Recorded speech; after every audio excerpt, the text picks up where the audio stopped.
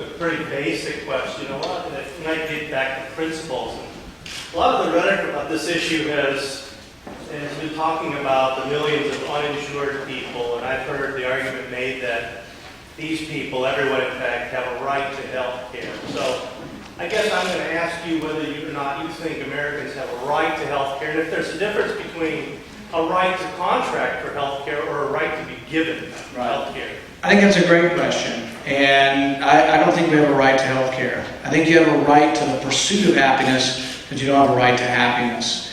You don't have a right to something concrete, because if you do, you're saying that basically I'm your slave. I provide health care. My staff and technicians provide it. The people who clean my office provide it. The people who are stockholders in the hospital, the janitors, the dietitians, they all provide it. If we have a right to health care, we have a right to their labor. So you don't really have a right. Now you can turn that around and you could say, do we have an obligation?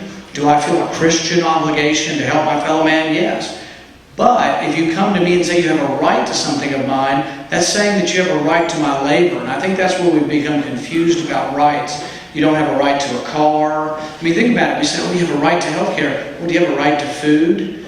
Nobody says you just go walk in the grocery store and take what you need. I mean, you're supposed to pay for it.